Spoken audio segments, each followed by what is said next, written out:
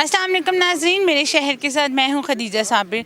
मैं इस वक्त रेलवे हॉस्पिटल के बिल्कुल सामने प्रिंगल रोड पर मौजूद हूं, जहां पर रेलवे के सारे क्वार्टर्स हैं।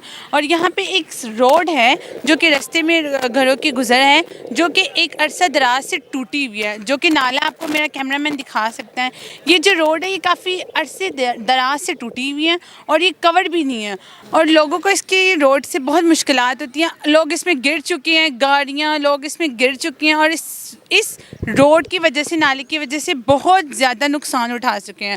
लोगों के कहने के बावजूद, डिमांड के बावजूद ना इस पर कोई अमल दराज नहीं हो सका, ना इसको कवर कर चुके हैं। आए लोगों से बात करते हैं। अस्सलाम वालेकुम। वालेकुम अस्सलाम। क्या इस नाले की वजह से हम लोगों को, ये इलाका मुकीनों को बहुत ज़्यादा परेशानी है, क्योंकि ओवरऑल ये नाला वहाँ से लेकर और ये काफ़ी लंबाई है इस नाले की, और ये इलाका मुकीनों को इसकी वजह से बहुत ज़्यादा परेशानी है। ओवरऑल जब बारिशें हो रही हैं तो ये नाला भर जाता है और लोगों के घरों में पानी जा रहा है, और इतनी परेशानी है और लोगों को गुजरने में बड़ी परेशानी और दिक्कत हो रही है। बच्चे और लेडीज़, जो भी लोग यहाँ से गुजरते हैं, मोटरसाइकिलें, लोग इस नाले में गिर रहे हैं। इस वजह से बहुत ज़्यादा परेशानी है। ओवरऑल इसका जो है ना, इसका मसला जल्द अज जल्द। इस पर कभी बात नहीं की आपने? हम लोगों ने बड़ी कोशिश की है, रेलवे के डीएस साहब को एप्लीकेशन भी दी है, उन्होंने इसका एस्टीमेट भी बनाया हुआ है, लेकिन हर दफ़ा यही कि फ़ंड्स नहीं हैं, पैसे आएंगे तो काम हो जाएगा। लेकिन ये फौरी होने वाला काम है। ये तमाम लोगों को परेशानी है, तमाम लोग जो यहाँ से ये इस तरह ये मेरा ख्याल है कोई राउंड अबाउट कोई सालों से ये इसी तरह है। लेकिन ये नाला जो टूटा है, ये 2-4 महीने से ये बहुत ज़्यादा परेशानी बनी हुई है जब से ये, क्योंकि पानी आगे चल ही नहीं रहा है और वो नाले का पानी लोगों के घरों में जा रहा है, तो इसकी वजह से बहुत ज़्यादा परेशानी है। तो प्लीज़ इसको जितनी जल्दी हो सकता है इसका कोई हल करवाया जाए, ताकि। बहुत शुक्रिया जी। किसी और से भी बात करते हैं। अस्सलाम वालेकुम। वालेकुम सलाम। मैंने खुद 2 गाड़ियाँ निकाली यहाँ से। एक फैमिली की गाड़ी गिरी थी, वो मैंने खुद निकाली, ईमानदारी से कह रहा हूँ। एक पुलिस की डब्बा गिरा था, लेडीज़ बैठी थी, वो कह रहे हेल्प कर दे, मैंने वो भी निकाली थी। मोटरसाइकिल तो बेशुमार कोई काम नहीं होता रेलवे की तरफ से? ना कोई काम नहीं, किसी को कोई रास्ते बदल दिए, लेकिन इस रास्ते से कोई नहीं आता, डरते मारे। जिनको नहीं पता वो गाड़ी आगे 2-3 गाड़ियाँ गिर रही हैं। तो जब बारिश होती है तो फिर ज़्यादा सूरत हाल मुश्किल तो नज़र ही नहीं आती, ये सड़क नज़र ही नहीं आती, वो इसी पुलेखे में अंदर चले जाते टोए के। ये सारा जो गंदगी ना, ये रेलवे की क्या के हम थक गए, नहीं सुनते हमारे गरीबों की। क्या करते हैं, किस तरह ये यहाँ से गुजरा जाता है? अब यहाँ से कैसे गुजरा जाता है, मैं आपको दिखाता हूँ। ये देखे, ये ऊपर ये बाग है, इसमें से गुजारा है। वो देखे स्लेब रखी है हम लोगों ने, इसके ऊपर से पैदल गुजरते, वो मोटरसाइकिल भी गुजार लेते। ये बिल्कुल ख़त्म हुई, यहाँ सड़क कोई नहीं है। कहने के किसी पे असर नहीं होता। यहाँ ये देखिए, कैमरा मारे यहाँ पे ले जाए, ये देखिए ये कहाँ तक मेन तक गई हुई। ये पानी, ये देखिए, ये सारी वहाँ तक गई हुई है। आप ये देखें, सारी रोड कच्ची है। हाँ सारी, किसी ने काम नहीं किया? नहीं कोई काम नहीं किया। ये देखे ना, यहाँ मरीज भी आते हैं, वो कैसे आएंगे? जोली में उठा के ले जाते हैं, गाड़ियाँ नहीं आती। सारी तंगी, बहुत तंगी है हमारे। नाज़रीन, आपने देखा कि शुरू से लेके आखिर तक ये साइड रोड कच्ची है, और बारिशें जब होती है तो ये पानी से भर जाती है, और आगे वाले नाला भी बिल्कुल भर जाता है। और जो मुश्किलात होती हैं, जो गुजरने वालों के लिए, गाड़ियाँ पैदल, उनके लिए कुछ नज़र नहीं आता, वो उसमें गिर जाते हैं। और किसी से हम बात करते हैं। जी नाज़रीन, तो हमारे साथ ख़वातीन भी मौजूद हैं, उनसे बात करते हैं। अस्सलाम वालेकुम। वालेकुम सलाम। क्या नाम है मैम आपका? मेरा नाम ज़रीना सज्जाद है। अच्छा, कितने अरसे से यहाँ पे आप रेलवे क्वार्टर में? मैं कोई काफ़ी अरसा हो गया है। तो ये जो नाले की मुश्किलात और जिस सड़क की मुश्किलात है, किस तरह आपका गुजर बसर हो रहा है? बहुत ज़्यादा। एक दफ़ा 4 बच्चे बाइक पे जा रहे थे और बच्चे नाले में गिर गए, और सब मोहल्ले वालों ने मिल के बच्चे निकाले, और वो बच्चे इतना रो रहे थे, औरत के कपड़े फट गए, और हमें इतनी मुश्किल होती है। इधर से स्मेल आती रहती है, मच्छर होते हैं, बड़ी मुश्किल होती है। सेहत पे भी असर पड़ता है, बीमारियों? अब फिंसियाँ फोड़े, बच्चे बीमार रहते हैं।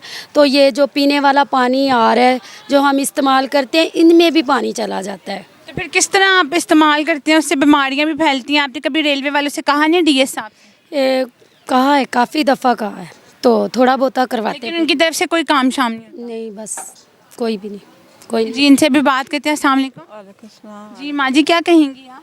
बस से हालात हैं, देखो ये नाले परे दिन, उस दिन बारिश हुई, सारा गंदा पानी अंदर, सब पानी अंदर, ना सफाइयाँ भी नहीं कर रहे, बस तनख्वाह लेके चले जाने, बस तनख्वाह ले लेते हैं, बात सुन लेते हैं, लेकिन काम शाम कुछ नहीं। कुछ भी नहीं। तनख्वाह सरकारी तनख्वाह है, सड़कों थोड़ी, और जितना गंदा नाला बंद है, कोई सफाइयाँ वाला कोई भी नहीं।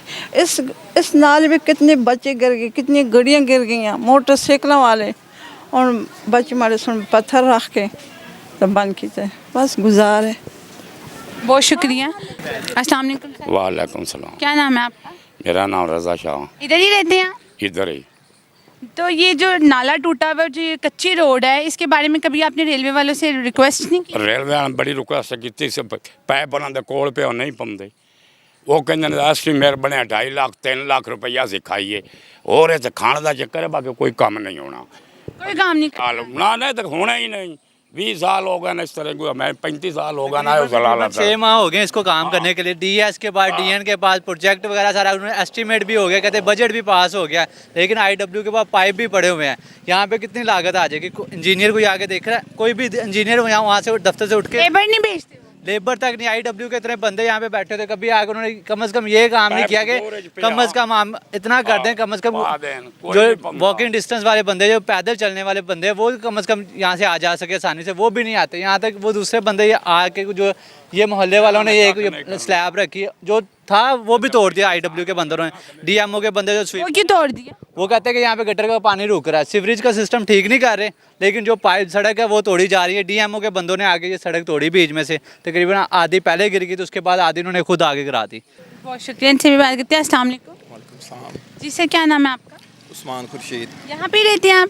जी बिल्कुल यहीं रहते हैं। तो सर ये जो मामलात हैं इस पर कभी फिर क्यों एक्शन नहीं लेती रेलवे? लेती भी है एक्शन, फिर काम क्यों नहीं करती? वो एक शेर है कि हमें इंसाफ की तवक्को तो नहीं है, तुम जो कहते हो तो जंजीरें ला देते हैं। तो बारहा कहा गया है, बड़ा दरीना मसला है, लेकिन अपना मेन इशू ये है कि अब जो वक्त गुजर गया वो गुजर गया। अभी भी अरबाब इख्तियार से यही रिक्वेस्ट है कि खुदारा जो हो चुका है वो अब वापस नहीं आ सकता, लेकिन इसको जल्दी जल्दी इस मसले को हल किया जाए, जल्द से जल्द इस मसले का हल कर लिया जाए तो बेहतर है। औरतें गिरे हैं, बच्चे गिरे हैं, मैं खुद भी ज़ाती तौर पे भी एक मरतबा गिर चुका हूँ, तो ये मामला हल नहीं हुआ। आते हैं, विज़िट करते हैं, फिर वापस जानी नुकसान भी हो जाता है। नहीं, जानी नुकसान तो खैर नहीं हुआ, लेकिन चोटें तो अल्टीमेट लगती हैं। जी नाज़रीन, तो हमने उनसे बात भी की, मर्दों से भी औरतों से भी। उनका कहना था अगर वो रोड नहीं बनवा सकते, कम से कम नाले को कवर ही करवा दें ताकि उनसे किसी लोग गुजरने वालों को, रहने वालों को नुकसान ना हो।